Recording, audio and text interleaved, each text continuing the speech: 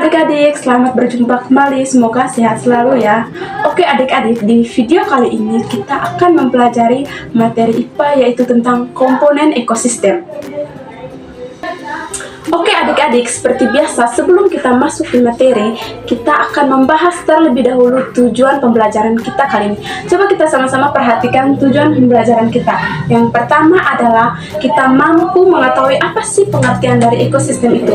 Dan yang kedua, kita akan mengetahui kira-kira jenis ekosistem itu seperti apa. Dan yang ketiga, kita mengetahui komponen penyusun ekosistem itu seperti apa. Di sini adik-adik, ada yang sudah mengetahui apa sih ekosistem itu? Ya, betul.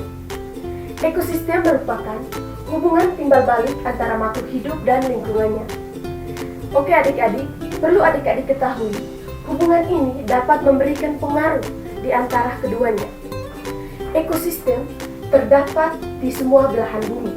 Di antaranya, ada ekosistem biotik dan ada ekosistem abiotik. Oke adik-adik, sebelum kita masuk kepada materi, mari kita sama-sama mendengarkan lagu tentang komponen ekosistem.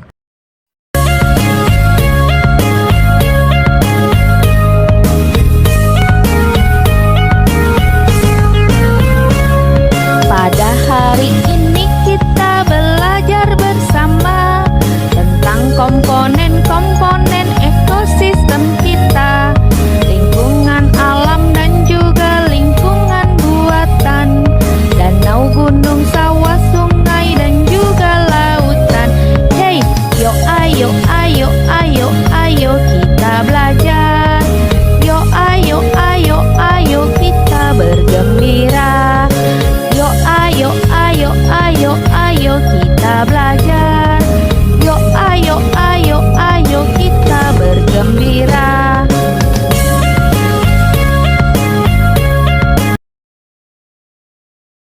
Komponen biotik tersusun dari individu, populasi, dan komunitas.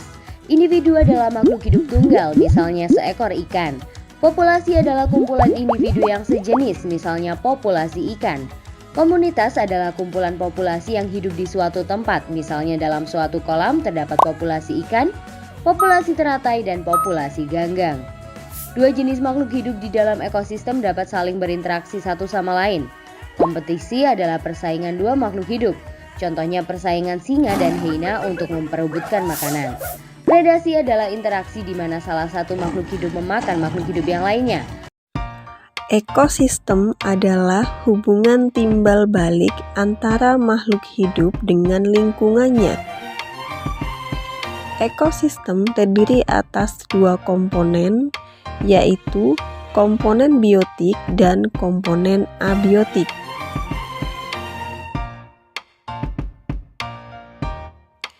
Komponen biotik adalah komponen yang terdiri atas makhluk hidup seperti tumbuhan, hewan, manusia, dan mikroorganisme. Sementara itu, komponen abiotik adalah komponen yang tidak hidup, yang terdiri atas tanah, air, udara, cahaya matahari, suhu, dan iklim. Interaksi antara komponen biotik dan komponen abiotik akan mengakibatkan ekosistem menjadi tumbuh, berkembang, dan mengalami perubahan. Yang pertama, komponen biotik. Berdasarkan fungsinya, komponen biotik dibagi atas produsen, konsumen, dan pengurai. Yang pertama, produsen. Produsen merupakan kelompok organisme yang dapat membuat makanan sendiri. Semua jenis tumbuhan hijau termasuk dalam produsen. Karena tumbuhan hijau memiliki klorofil yang digunakan pada proses fotosintesis untuk menghasilkan makanan sendiri. Organisme yang dapat membuat makanan sendiri disebut organisme autotrof. Yang kedua, konsumen. Manusia dan hewan termasuk dalam golongan konsumen, karena keduanya tidak dapat membuat makanan sendiri. Konsumen disebut juga dengan organisme heterotrof. Yang ketiga, pengurai. Pengurai biasanya dari golongan jamur dan bakteri yang tidak dapat membuat makanan sendiri, dan mereka memperoleh makanan dengan cara menguraikan organisme yang telah mati. Yang kedua, komponen abiotik. Komponen abiotik terdiri atas tanah, air, udara, cahaya matahari, iklim, dan suhu.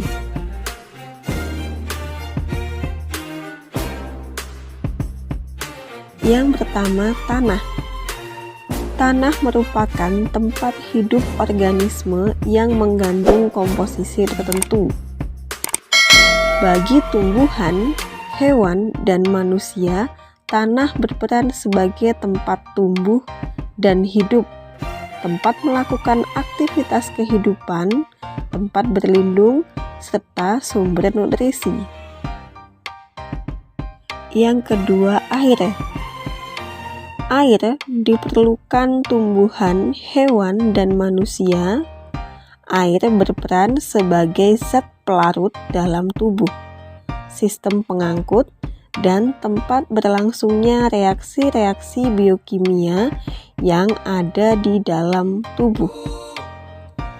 Yang ketiga, udara.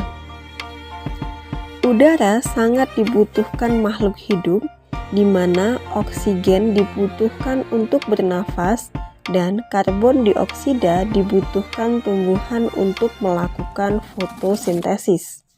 Selanjutnya, yang keempat, cahaya matahari. Cahaya matahari merupakan sumber energi utama bagi kehidupan. Cahaya matahari dibutuhkan tumbuhan hijau untuk proses fotosintesis. Yang kelima, iklim. Iklim merupakan keadaan cuaca di suatu tempat yang luas dalam waktu yang lama. Selanjutnya, yang keenam, suhu. Setiap makhluk hidup membutuhkan suhu yang sesuai untuk melakukan aktivitas hidupnya.